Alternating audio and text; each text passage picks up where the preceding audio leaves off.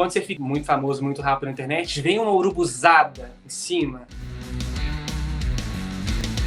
Porque as pessoas que fazem bastante sucesso na internet, hoje em dia, tem gente que estoura do nada, né? Muito rápido. E aí eu vejo que essas pessoas se perdem um pouco ali em relação ao seu propósito.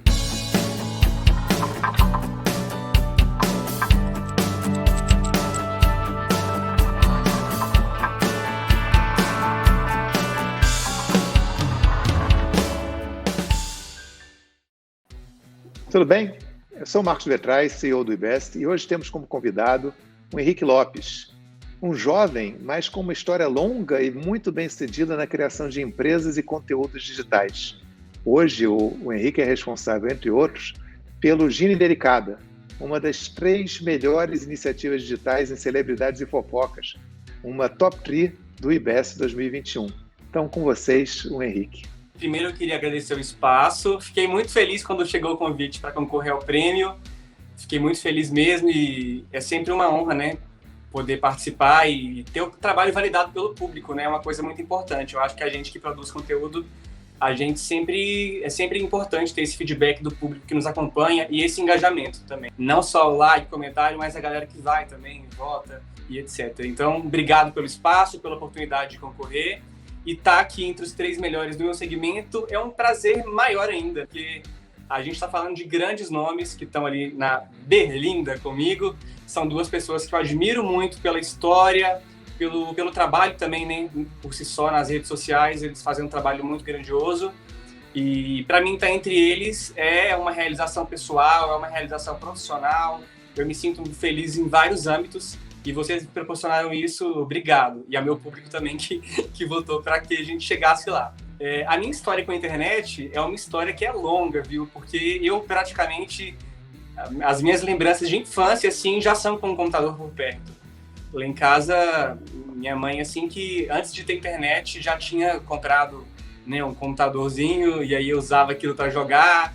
Passava nas bancas para comprar o CD, todo mês um CD ruim que vinha com o joguinho, colocava. Às vezes o joguinho vinha no disquete, colocava. E aí depois a internet veio como um caminho natural. Queria joguinhos online, queria encontrar mais formas de entretenimento mesmo. Então a internet para mim ela começou desse jeito, muito novo, como entretenimento. Não deixei de ter infância por causa disso, brincava na rua também. Só que eu adorava ficar na frente do computador, me fazia feliz de uma outra forma. Eu consegui conciliar bem as 2 coisas na minha infância. Então, como eu sempre estive ali na frente do computador, eu comecei a ver isso com o passar do tempo como uma oportunidade também. Bem antes de Instagram, de Facebook e mesmo de Twitter, eu já comecei... Eu tinha Flogão, eu tinha Fotolog, então eu já participava de comunidades online ali. E em todos os lugares que eu passei, eu sempre tive um pouquinho de destaque, um pouco de popularidade, conseguia fazer com que as pessoas me acompanhassem onde eu estava. Então isso aconteceu no Flogão, depois eu criei o Orkut também, eu estava lá com o perfil, criei uma comunidade, consegui 1 milhão de membros, a palavra da época não era seguidores, a palavra da época era membros, consegui 1 milhão de membros na minha comunidade, depois eu criei um Twitter, e esse Twitter foi muito legal porque acho que foi em 2005, eu consegui ser o 2º mais retweetado do mundo, perdendo só para o Justin Bieber, e na época isso foi um marco para mim, porque eu era muito novo, mas ao mesmo tempo eu já tinha uma visão ali, de como bombar nas redes sociais, de como ter um engajamento alto, uma relevância. Você está com quantos anos agora, Henrique? Hoje eu tenho 28. As redes sociais, eu sempre vi isso como uma oportunidade. E no Orkut, eu já ganhava dinheiro com ele, né? Porque as não eram marcas na época, eram sites de entretenimento mesmo, me pagavam para colocar o link deles na descrição da minha comunidade. Porque como tinha um tráfego muito grande de pessoas, eles clicavam no link e gerava acesso para o site. Então, no Orkut, há, 15 anos atrás, eu já tinha uma renda com isso. E para mim, na época, gente, eu tinha meus 13 anos, morava com meus pais, eu ganhando 200, 300 reais por mês, eu já estava me sentindo milionário, porque, né, eu conseguia comprar minhas coisinhas, e eu sempre fui muito de poupar meu dinheirinho, porque eu não nasci em família rica, nasci em uma família bem simples, e eu sabia que eu sempre sonhei muito, sonhava em mudar para São Paulo, para fazer faculdade de publicidade.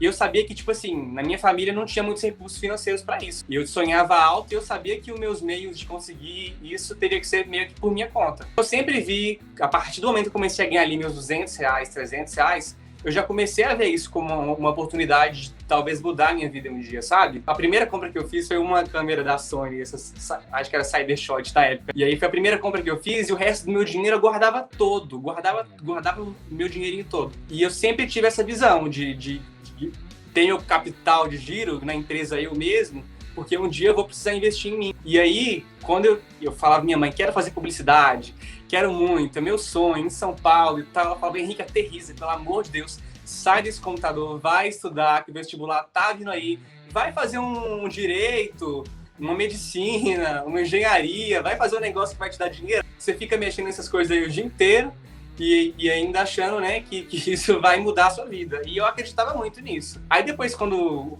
tempo foi passando, no Twitter eu já ganhava mais dinheiro, porque lá já tinha mais marcas que anunciavam comigo. Então começou a render mais, começou a me trazer uma renda maior. E aí minha mãe começou acho que pode ser um caminho mesmo, vai, faça publicidade, continua aí enfiado nesse computador que vai te dar futuro.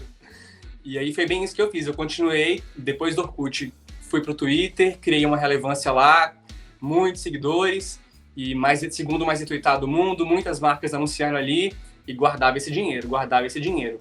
Eu cheguei a participar de uma promoção de uma marca de carros, que a frase mais retweetada do concurso ganharia um carro, e eu ganhei o carro, e eu tinha nem 18 anos ainda, acho que eu tinha 16, 17 anos, eu vendi o carro, apliquei o dinheiro, porque eu sabia que eu ia precisar dele, e aí quando eu fiz 18 anos, a primeira coisa que eu falei pra minha mãe foi, agora eu tenho 18 anos, eu vou correr atrás dos meus sonhos, estou indo para São Paulo, vou fazer minha faculdade de publicidade, e é isso, e vim. Então a minha história começou assim. As redes sociais, para mim, elas sempre foram uma oportunidade de mudar minha vida mesmo. Porque desde muito novo eu percebi que era um caminho profissional que podia começar ali e que veio de lá para cá só melhorando, graças a Deus. E você chegou a se formar ou parou no meio? Então, eu criei a Agenda Delicada no meio da faculdade. E aí, muitas oportunidades de trabalho, eu criei ela, inclusive porque eu queria chamar a atenção do mercado, que eu queria conseguir um estágio e tal. E aí foi muito engraçado, porque uma semana antes eu estava num monte de lugar distribuindo currículo, e aí eu criei a Agenda Delicada. Imagina, a gente conseguiu 1 milhão de seguidores em uma semana. Era um marco para a época, porque as marcas estavam numa corrida de seguidores no Facebook, investiam milhares de reais em mídia e ninguém conseguia isso. E a gente conseguiu eu e a Gina, eu consegui em uma semana. Então chegou a sair na Forbes, chegou a sair em jornais de grande circulação de Portugal, na mídia inteira do Brasil, todos os jornais, canal de TV, rádio, tudo.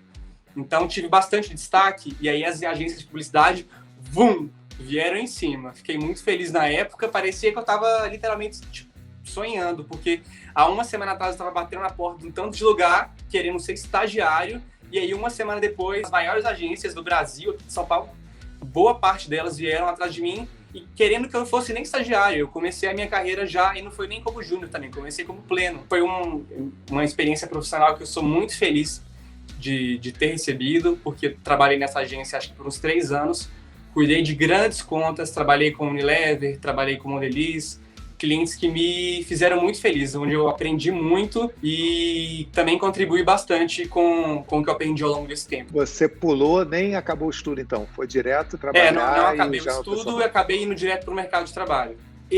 Primeiro, eu criei uma personagem usando a foto da minha mãe. E aí eu percebi que estava crescendo ali um público em volta. E aí, a minha mãe é uma pessoa muito tímida, do interior, ela não gostava muito de se expor, até hoje ela não gosta muito de se expor, olha que hoje todo mundo se expõe muito mais na internet, né? Minha mãe, ela sempre foi mais na dela. Eu pensei, gente, imagina se essa personagem fica famosa, as pessoas começam a ir atrás da minha mãe, começam a querer tirar foto com ela, acho que ela não vai saber lidar muito bem com isso. Eu pensei, preciso de uma imagem de uma mulher, porque eu queria que fosse uma mulher, e que não vá ter maiores problemas na vida pessoal de alguém, sabe? Na época não tinha dinheiro para pagar uma ilustração 3D e tal. Eu tava na cozinha de casa, na República que eu morava, na faculdade, e aí tinha uma caixinha de palito, assim, na cozinha, meia-noite. E aí na hora que eu olhei para ela, eu falei, nossa, vai ser você. Vai ser você mesmo. Você não tem para onde correr de mim, que não vai ter problema nenhum para ela. Eu pensava isso na época. E aí eu criei a página meia-noite, coloquei umas 3 tirinhas, fui dormir.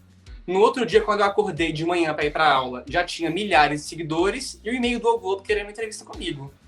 Aí eu preenchi a entrevista e tal, todo feliz. Nossa, já tava me sentindo assim, o máximo, todo feliz. E depois, no final do dia, eu acho que já tinha mais ou menos uns 10 mil seguidores, até um pouco mais que isso. E aí, pra mim, já tava no auge. Eu pensei, nossa, minha meta vai ser 1 milhão de seguidores em um mês. Eu quero muito 1 milhão de seguidores em um mês. Acho que é uma boa meta. E aí veio uma semana. Porque a mídia começou a replicar isso e começou a ter polêmicas. Ai, a empresa de palito ameaça acionar o jurídico, não sei o quê. E aí que saiu na capa da Globo.com e ficou na capa da Globo.com a semana inteira essa treta, né? De, a marca vai processar, não vai. A marca chamou ele para uma conversa amigável e ficaram muito felizes com a repercussão imensa que tá rolando. Essa novelinha que acabou acontecendo ali na época, esse reality show, me favoreceu. As pessoas acompanharam muito e foi uma das coisas que ajudou a impulsionar também o crescimento da página.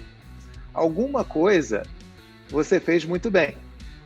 Isso é uma capacidade inata que você tem de lidar com conteúdo, é a maneira de falar, é a maneira que você vê uma situação, porque com certeza você sabe envolver as pessoas. O que é que você acha que é essa sua capacidade?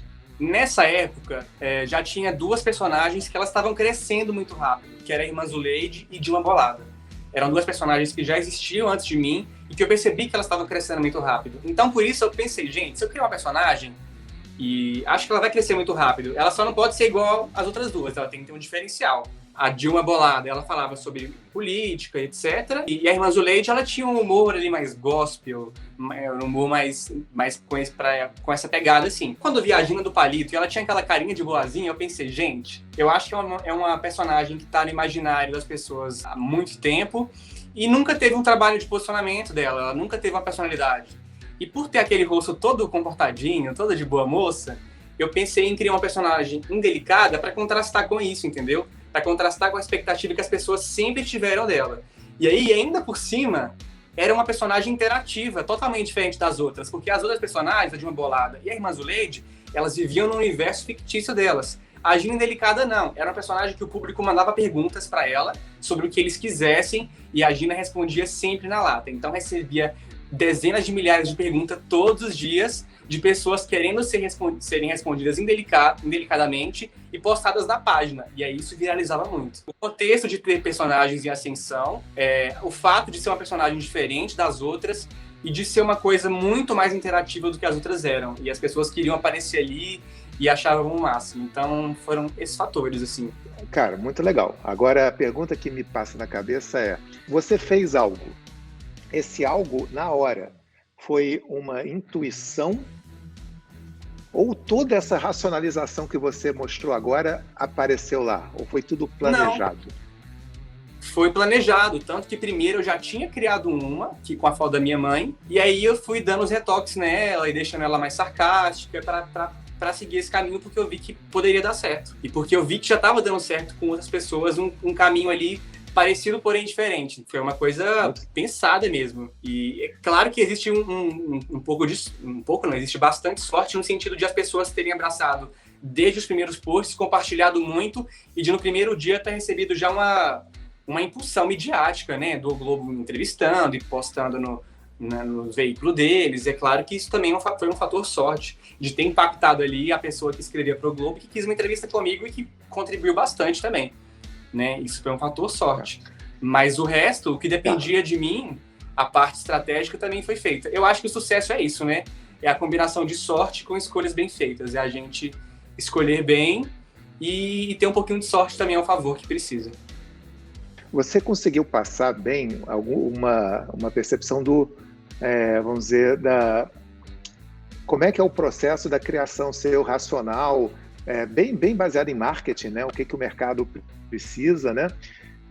Isso para você criar. E para manter, como é que você faz para esse crescimento da Gina sustentável, que significa trazer novas pessoas, mas quem fica continua, né? Então, qual é a receita? Então, o que eu não sabia é que manter era muito mais difícil do que criar. Porque hoje em dia, principalmente agora, chamar atenção em rede social não é a coisa mais difícil do mundo, entendeu? As pessoas, às vezes, elas criam umas estratégias até um pouco controversas, né? De querer aparecer a qualquer custo. Mas não é difícil ganhar uma notoriedade rápida em rede social. Difícil mesmo é você manter isso por tanto tempo. A Gina Indelicada hoje, ela tem 9 anos de existência. Começou no Facebook e hoje a gente está no Instagram. E hoje até é maior no Instagram do que era no Facebook. Então pensa, e o trabalho que eu faço hoje é totalmente diferente do que eu comecei fazendo lá atrás. Porque, como eu disse, há 9 anos eu respondia indelicadamente o que as pessoas me perguntavam sobre qualquer coisa. Hoje em dia, não. Hoje em dia, a Agenda Delicada é meio que uma comentarista do que está acontecendo no mundo dos famosos, de atualidades em geral, dos reality shows. É uma proposta totalmente diferente do que eu estava fazendo quando comecei, só que, ao mesmo tempo, ela se mantém ácida, ela se mantém delicada, ela se mantém sarcástica e se mantém bem-humorada, que é o que o público sempre esperou de mim. Então, por mais que o que eu esteja fazendo hoje tenha um formato totalmente diferente, eu mantenho a minha essência, essa essência engraçada mesmo, que é o que me conecta com o meu público. A Agenda Delicada hoje, ela tem literalmente a minha cara, porque o avatar dela, inclusive, é o meu rosto. É todo o corpo dela, o cabelo dela e tal, mas o rosto que tá ali é o meu. Então, a Gina é literalmente a minha cara.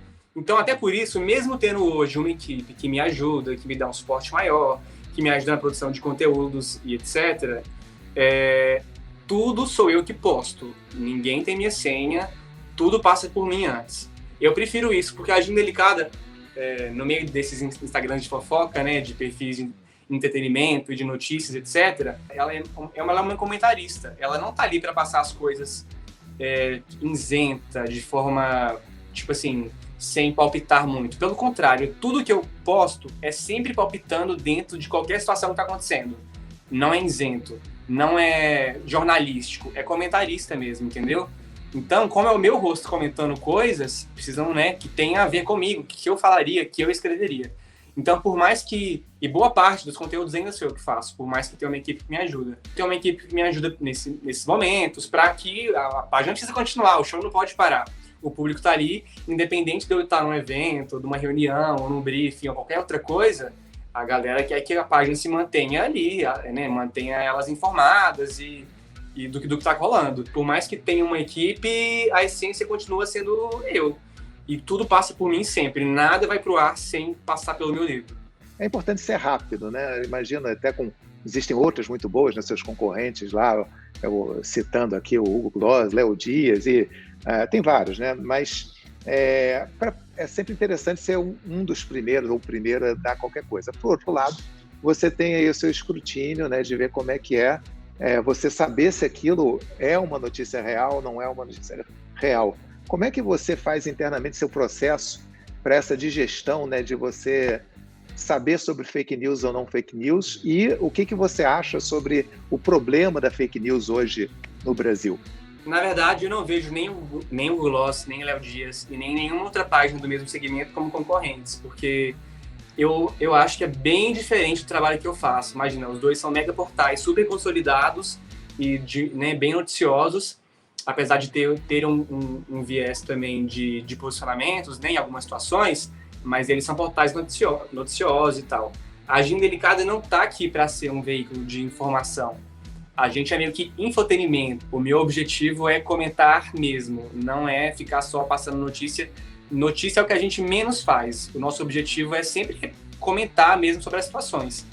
E aí, nessa situação toda, né, o humor ele vem como uma forma mesmo de criticar as situações e ocasiões sem ser invasivo, sem ser muito rude. O humor ele proporciona que a gente consiga fazer esse tipo de crítica de uma forma mais leve, e é o nosso objetivo. Às vezes, para mim, é até melhor que o Google Gloss, que o Léo Dias, ou qualquer outra página já tenha postado sobre uma notícia, porque aí quando eu vou postar um comentário sobre o assunto já está quente, meu público já conhece o assunto. Então, para mim, também não existe essa necessidade tão grande de ser o primeiro a falar sobre alguma coisa. Porque a abordagem que eu vou dar é uma abordagem pessoal, então ela já vai ser diferente do que os outros veículos estão falando. Ela já chama a atenção por isso. Para mim, às vezes, é até melhor que todo mundo poste, porque o assunto fica mais em alta. Quando eu vou falar sobre aquilo, o assunto já está em alta. Vamos falar, então, agora sobre monetização. Então, você comentou, né, desde cedo, você tinha cabeça nisso, né? Moleque lá de 12, 13 anos já ganhando dinheiro, que ainda numa época que não se tinha monetização. Então, você já tem isso, vamos dizer, no sangue, nessa preocupação, né, de fazer um conteúdo e ser monetizado. Como é que é hoje o maior drive de monetização? Onde que você ganha mais dinheiro? Que tipo de, dentro dos seus vários conteúdos, suas várias maneiras de interagir, onde você ganha mais? E, principalmente, aonde que você vê, para onde o mercado está indo, né? Onde que você aposta que vai ser o seu maior retorno financeiro no futuro? Quando eu pedi para sair da agência de comunicação que eu trabalhava, foi porque eu comecei a trabalhar como DJ também, usava a agenda delicada para promover a minha imagem e ia tocar nos eventos. Então, qualquer lugar que eu ia, qualquer evento, pode ser de 500 pessoas, 2.000 pessoas, sempre dava lotação máxima. As pessoas, elas me acompanhavam, elas têm uma identificação comigo, elas me conhecem. Por mais que seja um personagem, é o meu rosto que está ali, né? E eu sempre apareci, desde o início na página. Então, a renda, inicialmente, eram os eventos. Eu promovia as festas onde eu era atração, na agenda delicada, né? Falando que o Palitão, que é como boa parte do meu público me conhece, ia estar no evento, então a galera ia me ver, ia me ver apresentar, que eu sou DJ. Depois eu descia, tirava foto com todo mundo, abraçava todo mundo. Eu gostava bastante disso porque era uma troca muito sincera e recíproca, sabe? Conheci muitas pessoas, fiz muitos amigos, me diverti muito, foi uma época muito legal. Só que como veio a pandemia ela veio e atrapalhou essa parte, porque se minha renda era os eventos, que eventos, não é mesmo? Não existe mais eventos. Foi uma situação que me tirou da zona de conforto e que me fez chacoalhar nos primeiros meses. Eu fiquei muito tenso, falei, o que eu vou fazer agora? A minha renda nunca foi a página. Às vezes, vez ou outra, vinha um anunciante querendo ser amplificado na página e aí rolava. Mas não era uma coisa frequente, não era uma coisa que eu buscava, não era uma preocupação que eu tinha, porque os eventos, eu tinha uma cartela de clientes de eventos já que me levavam o ano inteiro, então eu estava total na minha zona de conforto, eu não tinha nem que ficar indo atrás de cliente mais, porque já depois que eu me levassem uma vez para uma festa, acabou, me levavam todo ano, porque sempre dava esse retorno de levar muito público, de ser uma apresentação que as pessoas gostavam também, e aí do nada eu passei a não poder contar com isso mais. Foi muito difícil e aí eu fiquei, nossa, agora lasquei-me, o que eu vou fazer? Demorou uns meses para até... E engraçado, porque foi o período que eu mais me concentrei na internet. Porque como eu não tinha que ficar... Imagina, tinha fim de semana que eu fazia 3 eventos, 4 eventos, 5 eventos.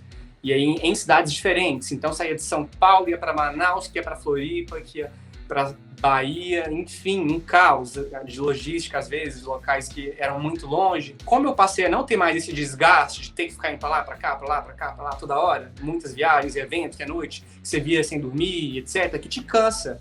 Chega segunda, terça, quarta-feira, eu tava cansado em casa, não ficava produzindo muito conteúdo, não tinha equipe nenhuma nessa época para me dar suporte.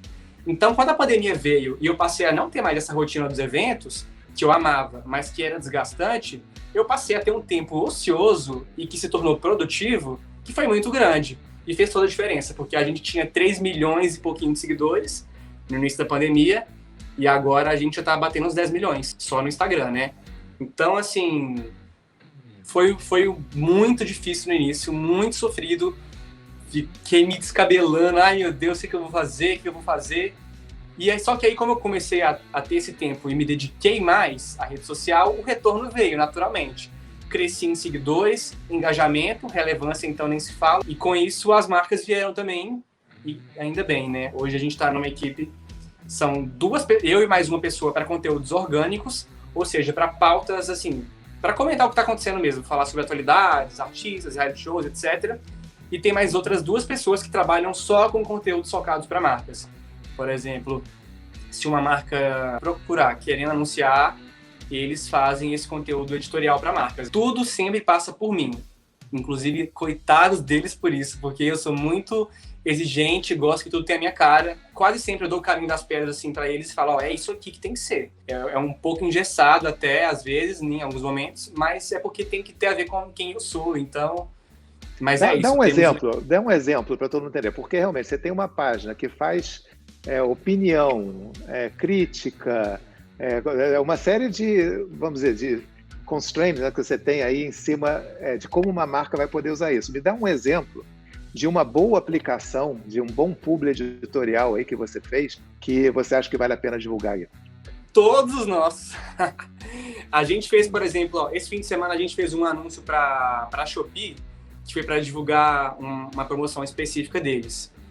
Com o post, eles tiveram alcance orgânico, né? Orgânico porque, assim, não tive que gastar um dinheiro impulsionando pela ferramenta para dar alcance e relevância para o post. Ele fluiu numa linguagem ali, onde fluiu o conteúdo orgânico. Acho que foi de quase 4 milhões de pessoas únicas impactadas pelo anúncio da Shopee. É uma quantidade até muito expressiva e que, com certeza, se eles tivessem pagado para fazer isso via ferramenta, teria sido muito mais caro. Isso era o que era então, isso. O custo-benefício, o CPM de anunciar na Agenda Delicada, ele é um CPM muito menor do que se você for impulsionar pela ferramenta. E é isso, é um jeito de você se inserir nas conversas, porque a Agenda Delicada, ela pauta as conversas. Como ela comenta sobre tudo e dá pitaco em tudo, ela pauta o que vai ser falado no Instagram. Ela e as outras páginas de entretenimento também, de notícias. Então é um jeito de você entrar nas conversas de uma forma muito natural, aonde o seu público tá. É bem viável. E o que vai ser o futuro? Vai ser público editorial mais forte? Você acha que o público editorial vai ser sua fonte maior de retorno? Vai ser volta aos eventos? O que você acha? Então, o mundo pós-pandêmico vem aí, né? E eu fico até bem ansioso com isso, porque eu não sei como seria o antes da pandemia se eu estivesse fazendo exatamente onde eu tô hoje. Eu acho que antes da pandemia, a chance de eu estar na posição que eu tô hoje, agora, né, eram pequenas, porque eu estava com a cabeça em outro lugar, veio esse contexto que virou minha cabeça para o outro lado, e hoje eu vejo como deu para crescer nesse tempo, mesmo tendo sofrido bastante lá atrás, a gente aprendeu a tirar alguma coisa de bom nisso. Apesar de ter sido um período bem sofrido, eu não via minha família há 2 anos quase, né? A última vez que eu vi minha família foi 1 semana antes de decretarem a pandemia. E eu fui ver a minha mãe, tipo, tô ficando até emocionado de falar disso. Eu fui ver a minha mãe faz 1 semana. Então, assim, foi um período muito difícil e que eu tive que me apegar no meu trabalho, sabe? Porque era a única coisa que eu tinha perto de mim e que foi uma coisa que me ajudou, assim, que me deu um norte de ver que, calma, não tá tudo perdido, respira, foca que você vai passar por isso e depois você vai ver até que deu pra, sei lá, pra você crescer um pouco com isso, sabe? Graças a Deus, além de casa, a gente não perdeu ninguém, graças a Deus. Todo mundo vivo, com saúde. E também, como eu consegui ter a página agora como uma fonte de renda, eu consegui ajudar minha família durante a pandemia. Falei pra minha mãe ficar em casa durante aquele período mais crítico. Falei, mas você não vai trabalhar, pelo amor de Deus, você vai ficar aqui em casa. Eu consigo ajudar você, todo mundo, e aí deu muito certo. E eu vi o prazer, né, que você falou sobre o seu trabalho como DJ, né? Dá para perceber que é algo que você realmente gosta. Você tem um nome artístico aí como DJ? Ou... Me chamam de O Palitão, que é a arroba do Instagram pessoal. O Palitão, Gina, Indelicado, tá, entendeu? O trocadilho ali. Antes da pandemia, a gente fez um evento beneficente aqui pertinho, em Santos, no litoral de São Paulo. E aí foi muito legal, porque era um evento que a entrada era 1 quilo de alimento não perecível e era só eu de atração, não tinha mais nenhum DJ pra beira, não tinha mais nada. E aí, lotado, tinha, sei lá, mais de 10 mil pessoas. Não lembro agora de cabeça o número, mas uma multidão de pessoas e que estavam ali. E iguais a esse, a gente fez vários outros eventos, sabe? Rick, e eu soube uma coisa muito interessante. Você é um cara muito ambicioso, né? Porque a gente vê, né? Você não para, né, de estar criando. E eu soube que você está fazendo algo, assim, bem legal, que é uma rede social brasileira. E para nascer grande, conta um pouco aí como é que é esse mega projeto. É isso, é um projeto que eu já estou pensando nele há 2 anos, né, se partir de quando eu estava concebendo o projeto, escrevendo como ia ser e tal, cada funcionalidade. E finalmente está quase pronto, vou abrir para vocês verem um spoiler de como vai ser. Está praticamente pronto, está em fase de teste. Vai ser uma rede social para mulheres, porque hoje a Agenda Delicada tem no Facebook uma comunidade só para mulheres, que inclusive é o maior grupo feminino do mundo. Então a gente vai lançar uma rede social própria, porque a gente não quer ficar refém de algoritmo para sempre e a gente também quer entregar uma ferramenta mais exclusiva para eles. Por algum tempo eu sugeria ferramentas para o Facebook e eles falavam, essa ferramenta seria legal para o seu grupo, mas tem todo um outro ecossistema de comunidades aqui que essa ferramenta não ia ser útil. Então para a gente não é viável gastar energia criando essas ferramentas. A gente vai lançar o nosso aplicativo que vem aí. Eu espero que a gente consiga lançar logo. Vou abrir para vocês verem. Dá para ver mais ou menos. É uma rede social que vai ser só para pessoas convidadas. E aí as mulheres convidadas podem convidar umas às outras, ó. E é uma Qual timeline. qual que é o nome da rede? Grupo da Gina, porque a ideia é que seja uma comunidade feminina. Ó, as reações são personalizadas. Quer dizer, ele faz o que o grupo lá no Facebook faz dentro da rede, é isso? Dentro da Basicamente, sua rede. se a gente for parar para pensar, é meio que um TikTok do conteúdo. Por quê? Vai ser uma rede social em que você não precisa ter uma audiência para ter pessoas lendo o que você escreve. Tudo que você postar ali vai chegar para outras pessoas que participam da comunidade também. É uma timeline colaborativa. Elas podem contar história de superação, elas podem contar como elas superaram a crise da pandemia, o que elas fizeram de empreendedorismo durante esse tempo, como elas fizeram para passar por essas dificuldades. Elas podem contar a história de superação de um relacionamento abusivo. Elas podem contar do mico que elas passaram na hora H com um cara que elas saíram ontem. Ou elas podem também falar como que foi para elas se descobrir lésbica e essa autodescoberta, como que foi esse contexto de falar para a família, de se aceitar, que é uma coisa que às vezes algumas pessoas têm um pouco de dificuldade com isso no início. É uma rede social para isso, para as mulheres contarem boas histórias e você não precisa ter um público ali para isso, para alcançar milhares e milhões de pessoas. Tudo que você postar pode alcançar milhares ou milhões de pessoas. Quando no cadastro, você seleciona quais temas você está interessado. Por exemplo, você está interessado em autoajuda, você está interessado em culinária, você está interessado em empreendedorismo, você está interessado em sexualidade, você está interessado em saúde feminina. Você seleciona os temas que você quer ler e aí na hora de publicar, você escolhe qual tópico tem a ver com a publicação que você escreveu. E aí a publicação vai para pessoas que estão interessadas naquele tema. E dessa forma o conteúdo viraliza lá dentro de forma orgânica. Muito interessante. E quem está fazendo isso? Não dá para você fazer isso sozinho, né? Como é que é a estrutura para fazer isso? Contratei uma agência de programação e eles estão cuidando da parte de programação e a parte de conceito, a parte de tudo mesmo, do algoritmo da ferramenta, tudo foi eu que escrevi. Então você continua sendo o diretor de criação do produto, né? Quer dizer, o produto está na sua cabeça. É.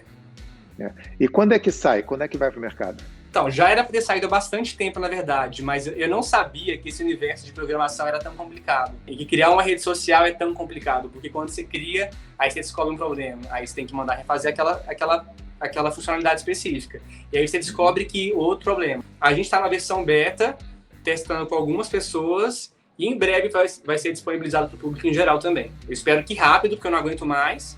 Já queria ter lançado isso há um ano, e aí, mas vem aí. Eu espero que esse ano ainda, antes do ano acabar. Né? A gente já tem a comunidade no Facebook, né? Que tem mais de 1 milhão de mulheres e elas já estão ali doidas para testar. Em breve a gente vai abrir para todo mundo. Eu sempre fui uma parte da rede social dos outros, né? Então eu sempre sonhei em ter a minha um dia também. E eu acho que esse dia vai estar quase chegando e eu estou muito feliz com isso. Vai ser a realização de um dos maiores sonhos que eu tenho assim na minha vida. E você claramente é um workaholic, né? Dá para ver que pela quantidade de coisas que você faz e que você continua a pensar. Como é que é o seu dia a dia em relação ao trabalho, disponibilidade de tempo para o trabalho? O meu dia, na verdade, ele se baseia totalmente em trabalho. O meu trabalho é legal porque, assim, ele me proporciona, se eu quiser viajar para o Nordeste, que eu amo, por exemplo, nesse fim de semana, ou até durante a semana, se eu quiser passar agora na semana que vem, de segunda a sexta-feira no Nordeste, que a maioria das pessoas, né, que trabalham em profissões convencionais não conseguiriam isso porque tem que estar ali comparecendo no local ou tem que estar em casa para ficar mais fácil. Para mim, não. Para mim, eu posso ir quando eu quiser e não é só por causa que a gente está na pandemia e home office. É porque vai continuar sendo assim porque trabalhar na internet é isso, né? Você tem essa facilidade de poder trabalhar literalmente de onde você estiver. Isso é muito legal. Se eu estou meio estressado demais aqui, muita coisa fritando na minha cabeça, eu posso passar uma semana na praia. Só que vai ser uma semana trabalhando, que eu vou ter que ficar o dia inteiro também com o celular na mão na frente do mar. Nada mal também, né? Não acho ruim, eu gosto também. Só que assim, não existe um tempo off. Não existe. É uma coisa que é um pouco chata. Às vezes meu namorado até fala comigo, Henrique, você nunca desliga desse celular, você nunca desliga seu trabalho, você nunca pode parar. E eu não posso parar mesmo, porque é isso, uma coisa que eu tenho como missão de vida, né? E aí não tem como fugir disso. Esse negócio de viajar, eu acho que você está num paraíso e está trabalhando. Acho que a resposta que se dá para isso é: eu prefiro trabalhar num paraíso do que trabalhar em casa, né? É isso. Você tem que trabalhar, mas aí que seja do paraíso, né? É isso. E eu gosto muito do que eu faço também. Eu amo o meu trabalho. Eu acordo todo dia, eu não penso, ai, que saco, tenho que fazer isso. Não, eu acordo feliz. Nossa, que bom que hoje estou cheio de coisa para fazer, vai acontecer muita coisa para eu comentar, muitos públicos para a gente fazer e tal. Eu acordo sempre muito feliz, porque eu adoro isso aqui, ó. Esse celular aqui, eu amo, entendeu? Eu amo estar aqui na internet, eu amo produzir conteúdo, eu amo essa interação que eu tenho com o público. É muito bom. Eu acordo e me realiza bastante as coisas que a gente conquistou, quando olho para trás de onde vim, aonde a gente está chegando e para onde a gente vai. Tudo isso são coisas que me deixam muito feliz. Ver a trajetória até aqui e ver ainda o caminho que tem pela frente, né? De aplicativo que eu quero lançar, de plataformas novas que surgem toda hora. E assim como eu mudei de quando eu criei a página para o que eu sou hoje, também estou aberta a mudar daqui a pouco se eu precisar me flexibilizar nesse sentido. Eu acho que é isso. O importante é a gente manter a essência sempre. E é isso. Vamos de adaptação para o algoritmo aí, que a gente vai fazendo o que for necessário.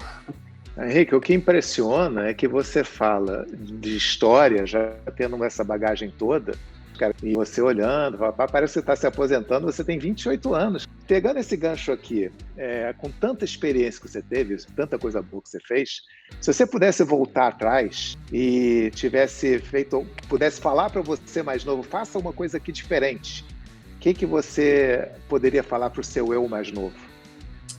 Sinceramente, eu falaria assim, ó, erra mesmo, entendeu?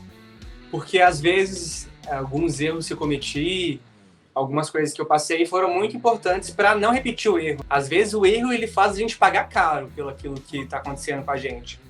Só que é uma forma de aprendizado. Às vezes é o preço que você teve que pagar para aprender uma situação e não entrar nela mais. Então também não tenho essa cobrança comigo de tinha que ser perfeito, de não tinha que errar. Porque por mais que a gente se emborreça às vezes e passe por umas coisas que são chatas e complicadas e complexas e que fritam a nossa cabeça, mas eu acho que tudo isso faz parte do processo de crescimento, de amadurecimento. E é isso, não é romantizando também o erro, não é errar de propósito, mas é porque não foi de propósito e me ensinou bastante. Não me arrependo assim a ponto de querer mudar a minha trajetória, porque isso é anular quem eu fui, sabe? Eu não posso olhar para trás e ter orgulho só de quando eu fiz as coisas certas.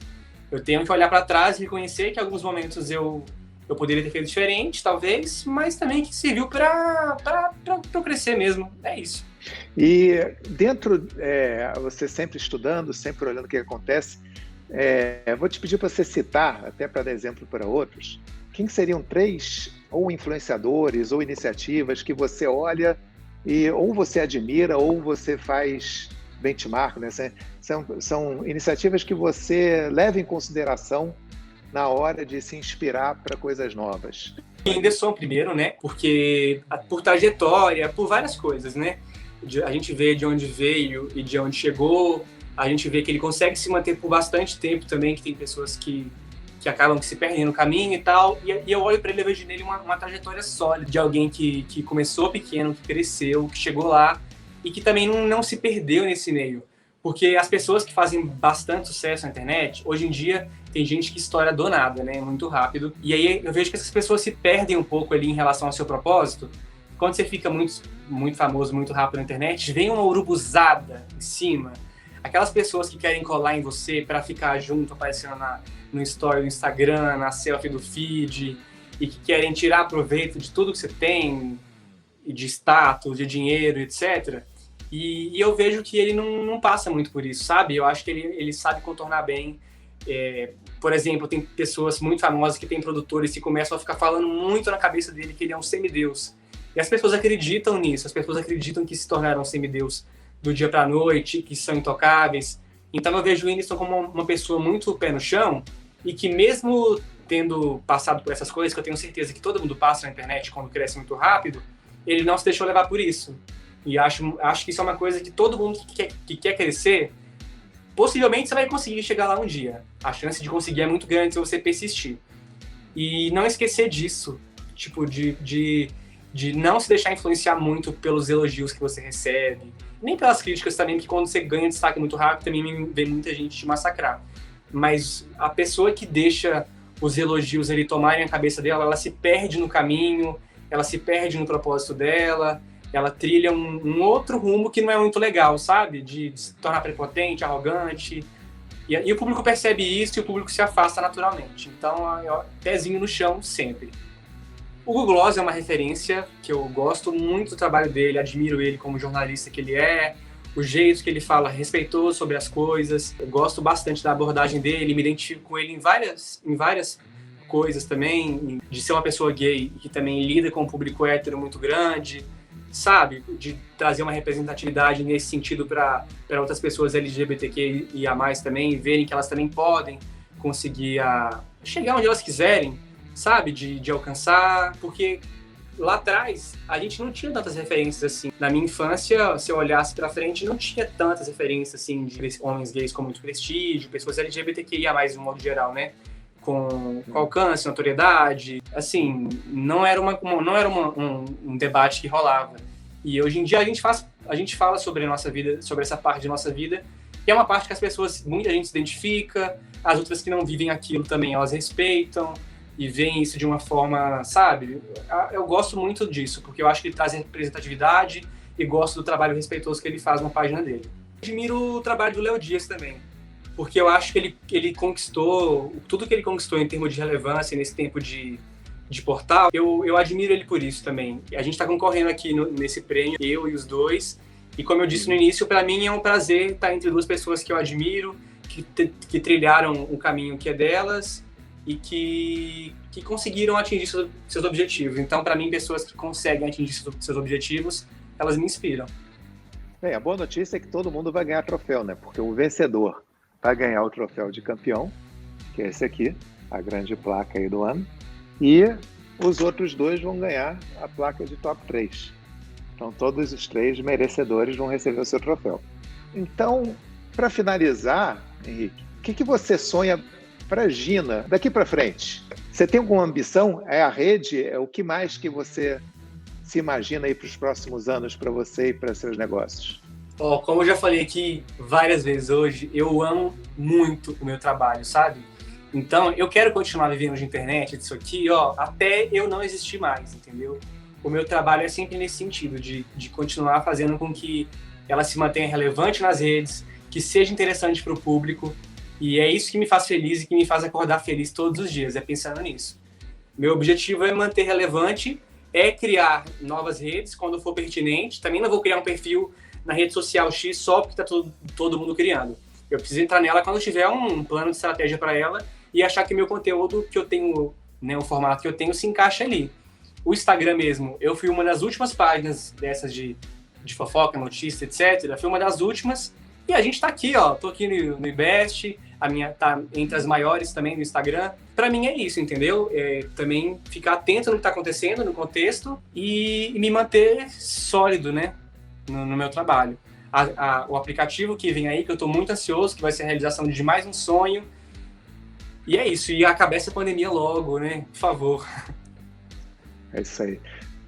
Henrique, muito prazer, foi ótima conversa.